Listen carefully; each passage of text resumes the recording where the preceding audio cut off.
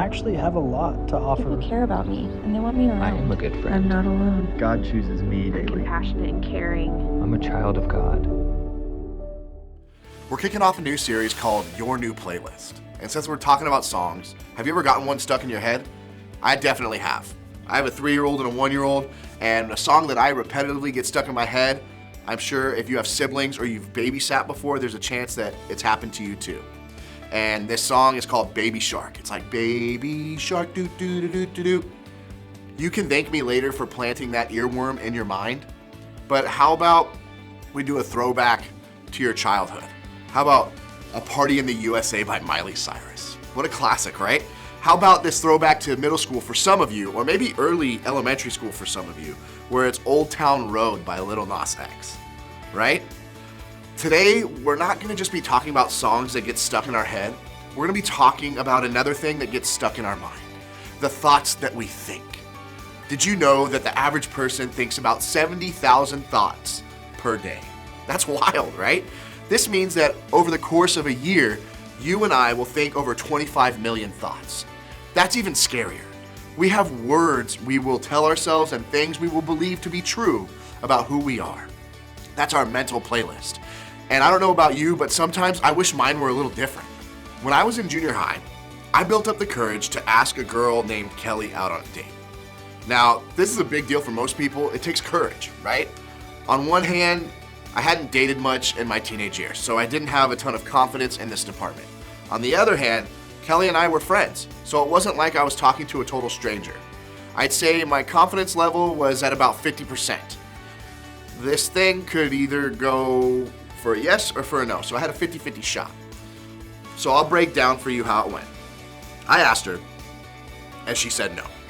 Ouch, right? But it wasn't like I was shocked or crushed. Like I said, I figured I had a 50-50 shot. However, she didn't just stop there. She proceeded to explain to me why she said no. This wasn't information that I was seeking or that I asked for. It took me a lot of courage to ask. A simple no, I'm sorry, would have been just fine. I didn't need to hear or have a bullet point presentation to support her answer on why she wouldn't date me. For a very long time, Kelly's words played on my mental playlist. It was worse than having Baby Shark stuck in my head nonstop. I wish I had some noise-canceling headphones to drown out those thoughts, but I didn't. It's like 1 minute I'd be fine, and the next minute I'd be thinking, who turned up the volume on these negative thoughts? Does it ever feel like your thoughts are crashing a party that you don't remember inviting them to? But no matter what, you can't shut off that playlist of negative thoughts running through your mind on repeat.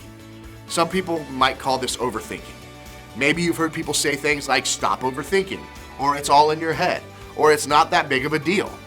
I believe that there's a way to turn down the volume on those negative thoughts that are stuck in our head, and that's what I want to talk about with all of us today. And I want to go to the first book of the New Testament. It's called the book of Matthew. Matthew records a sermon that Jesus preached.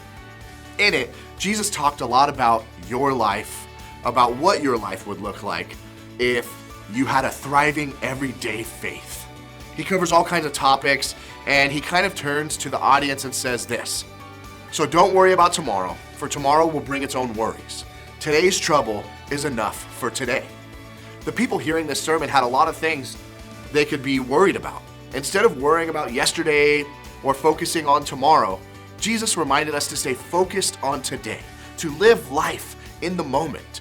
Here's what I want you to remember. You create your playlist. It's easier said than done, right? The reality is, this is gonna take some practice. Changing the playlist in your head is possible, but it won't happen overnight. That's why I think Jesus said something else to help us here. He didn't just stop at worrying. Jesus actually told us what he can do for us when we're worrying. And this is what he said: come to me, all who are weary and burdened, and I will give you rest. Take my yoke upon you and learn from me, for I am gentle and humble in heart, and you will find rest for your souls, for my yoke is easy and my burden is light. Consider the unhealthy negative thoughts that sometimes make up your mental soundtrack. The stuff that increases the volume of stress, worry, and anxiety when it crosses your mind. Well, in the same way any animal shares a heavy load with another animal with the help of something called a yoke, Jesus was saying, hey, give me the weight of those unhelpful thoughts. Let me carry that for you. Let me take the anxiety of your thoughts. I can take all that you worry about. I want you to think about a few things that might be stressing you out right now. What are you overthinking about? What are the thoughts that are weighing down your mind? You can even write it down if you want so that you have that to look at. Well, I bet you want to turn the volume down on that unhelpful playlist, right?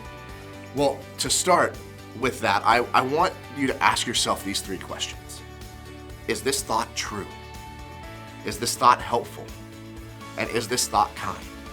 If the answer to any of these questions is no, that's your sign that it's time to turn the volume down. And here's how. Ask Jesus to carry it with you. Remember, Jesus didn't ask us to stop overthinking. He offered to help us by carrying the weight of our thoughts with us and showing us a better way to think and live. We can ask Jesus for help and be confident that we're never alone. We can give him those sheets of paper that we wrote that stuff down on. We can replace the playlist with a better one.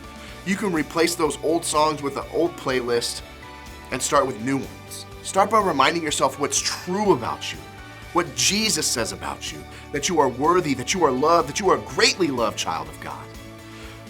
I want to look at Psalms as well. They wrote songs and poems of people about God, and the writer shared this truth about replacing his thoughts with truth. It reads, "When doubts filled my mind, your comfort gave me renewed hope and cheer." When doubt, worry, stress, or anxiety, or any kind of overthinking fills our minds, we can turn to the truth of who God is to help us. We can replace our doubt with hope, our worry with cheer, and our stress with the peace of Jesus.